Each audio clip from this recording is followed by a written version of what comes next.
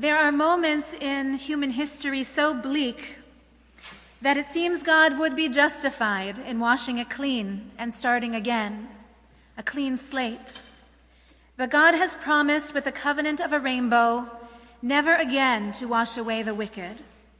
What remains for humankind is the painfully slow story of righteousness struggling to reach the surface of the deep. Our Torah portion introduces this character of righteousness. Noach ish tzadik, tamim haya b'dorotav. Noach was a righteous man, blameless in his own age. Tamim can mean blameless, flawless, even pure. But it can also mean innocent, simple, or simple-minded. Our sages, the rabbis, are critical of Noah for his simplicity. In a complicated world, we cannot afford to be simple, nor simple-minded. Midrash Tanchuma tells it like this: once the waters had abated, Noach should have left the ark. However, Noah said to himself, I only entered the ark at God's instruction, as it is written, go into the ark, God told me. Shall I now leave without God's permission, without God's instruction, without God's command? The Holy One, blessed be God, then said to Noah, is it permission then that you're seeking, Noah? Very well then, here is the permission. As it is written, God said to Noah, get out of the ark. Rabbi Yehuda bar Ilai comments on the scene, imagining his own response and leadership style against the backdrop of the flood, the ark, the animals. Rabbi Yehuda, or in other writings, Rabbi Yudan, says, if I had been there, if I had been the one, I would have broken down that door to the ark, and I would have gotten myself out of there. This criticism points to a limitation in Noah's character. His purity, his innocence, his simplicity, these are all admirable and made him worth saving, but it made him unable to save. Dr. Aaron Lieb Smokler, the director of spiritual development at the Yeshivat Maharat, at the Orthodox yeshiva which ordains women, teaches the following: the moral hero does not wait to be granted permission to take action. She seizes it. She steps out away from shelter toward shaky ground, because that is where the work needs to be done, where the rebuilding needs to take place. Rabbi Yehuda bar Ilai said, if I had been there, I would have broken down the door to that ark. I would have taken myself out. Courage sometimes means breaking a few walls in order to save a broken world. But this was not Noah. Noah was the quintessential model of biblical obedience. 4 times in 2 chapters, we are told that Noah did everything just as God had commanded him. He followed every command meticulously, building the ark just so. So many cubits by so many cubits, with a window just so. 2 of every kind of impure animal and 7 sets of each kind of pure animal. And he didn't say a single word when he hears about the destruction of humanity. He silently abides. And surely for this devotion, he was rewarded abundantly. Noah, who saves only himself, proves in his demise that to save only yourself is not even to save yourself. So one of the essential questions which emerge from our parasha and from the news of the day is, when the world is coming undone, how must we respond? When righteousness is mocked and justice is denied, how must one respond? How do we show ourselves to be more than just blameless, but also courageous? What kind of initiative, what kind of passion, what kind of imagination, even without asking first for permission? The rabbis point to Avram as the classic example in contrast to Noah. But today I offer you another illuminating example, 70 years old. Joey's father just told me before the service that when he stood on this bima as a bar mitzvah, it was Rabbi Joan Friedman who was the officiating rabbi. She was the first woman rabbi of Canada. And the story I want to share now is about the first woman rabbi that we know of ever. Her name was Rabbi Regina Jonas. Her story was written out of history twice. Once because of the Nazis who robbed her of her life, and twice because of the post-war Jewish community that was unready to celebrate her story. Born in Berlin in 1902 to a poor Orthodox family, she dreamed of being a rabbi at the astonishing age of 11, far before the Jewish world was ready to support her aspirations. During the 1920s, Regina Jonas studied at the Academy for the Science of Judaism. She took all the same courses and exams required of rabbinical students, and she wrote her rabbinic dissertation entitled, "Can a Woman Be a Rabbi?" according to halachic sources. The one faculty member who seemed ready to ordain her tragically died suddenly, and the Academy agreed only to grant her the degree given to other female students, academic teacher of religion. But in 1935, Jonas was ordained privately, ordained as a rabbi by Rabbi Max Dynaman, who represented the Association of Liberal Rabbis of Berlin.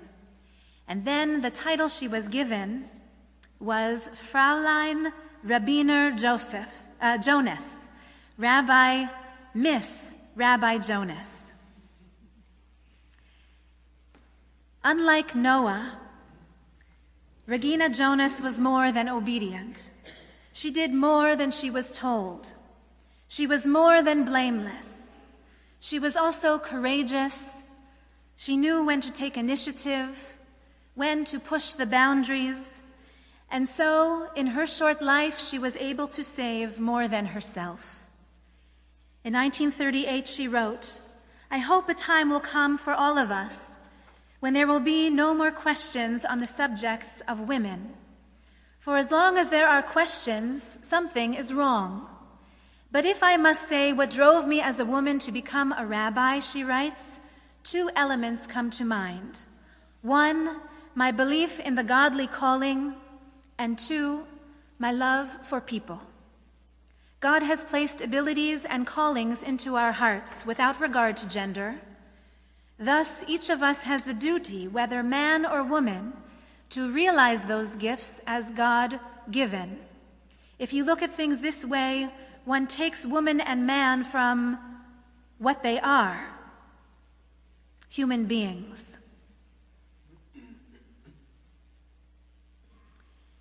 Now we can only imagine how she must have struggled for acceptance in the Jewish world of pre-war Germany.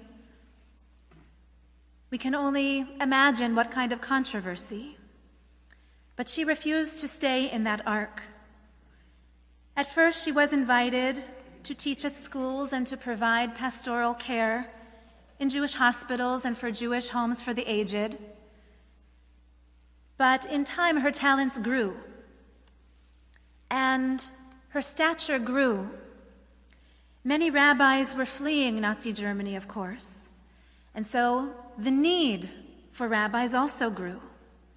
Rabbi Jonas was called upon to give sermons and lectures in several synagogues. So desperate were people for rabbinic leadership as the catastrophe approached. Rabbi Jonas and her mother were deported to Theresienstadt on November 6th of 1942. And for 2 years, Rabbi Jonas continued to teach Torah and to perform rabbinical duties where so many felt abandoned by their God. She worked side by side with Rabbi Leo Beck and with psychiatrist Viktor Frankl to inspire Jewish life and Jewish hope, even there. Remarkably, some of her lecture notes have survived.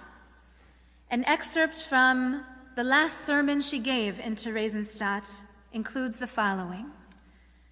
To be blessed by God means to bless, to do good and be loyal to others wherever one goes, in every situation.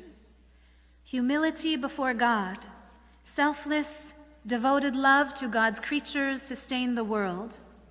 It is the task of all Israel to build these foundations for the rest of the world. These words still call out to us.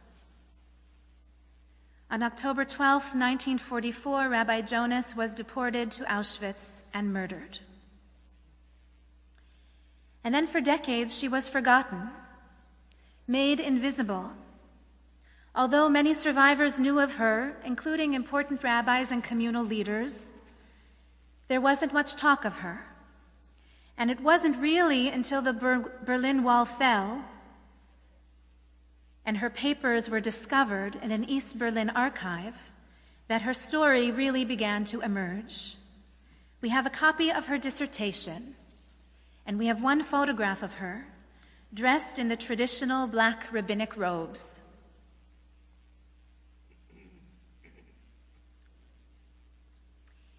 Last year, at this time, which is considered to be the time of her yahrzeit, as best we know, a whole contingent went to Berlin and to Theresienstadt to give her her rightful place in history, to lay a memorial stone, and to hold her up as one who broke down the doors to behold the potential and the privilege of God's world, even in the deepest darkness. Rabbi Sally Priesand, the first ordained woman from North America, was among them, as was the first Reconstructionist female rabbi, conservative female rabbi, and the first Maharat from the Orthodox stream.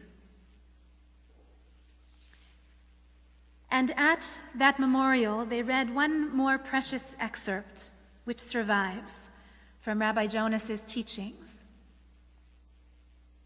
And as the strange violence is raging even now in the streets of Israel, her words speak to us again. She teaches, "We are living today in a time of trial by fire, testing the strength of our love for children, testing the strength of our gratitude, testing the strength of the mutual support of family and friends in these alien conditions. Many people, in spite of all obstacles, want to preserve a true sense of Jewish family and Jewish peoplehood." God help us once again, it seems, we are living in a time of trial by fire, testing the strength of our courage, the strength of our convictions, and the strength of our compassion. A blogger for the Times of Israel, Helen Gottstein, writes this week after a brutal attack in her own neighborhood, "Forget the ark," she says, "just bring on the flood. We all want our very own invitation-only ark. So who is of my kind? Who would I invite into my ark? I'll tell you who I want in my ark. My kind is policeman Moshe Chen, his face burnt by the terrorist who blew up her car. He shouted out, 'She's down! Don't shoot! The danger has passed.' And he saved her life. My kind is Dr. Ahmed Aid, the senior Israeli Arab surgeon at Hadassah Hospital, who as of writing is still trying to save the life of the 13-year-old Jewish Israeli victim of a stabbing. And I'll tell you also what kind of flood we need. We need a flood of social workers. We need 5,000 circles of healing to take place in this city. We need a good cry. We need to wail a river of tears. We need a tsunami of listening and caring and humanizing, and meal trains to deliver food to those who are too fearful to leave their homes. We need a flood of empathy. Weeping with others is preferable. If only we could cry for ourselves, if only we could cry for the other, if only we could cry for all that we have lost and for all that we are afraid to lose, then we'd have a flood powerful enough to lift Noah's Ark to somewhere different altogether. Gottstein concludes, the smell of the air here in Israel after it has been washed by rain is like the lifting of sadness after a good cry.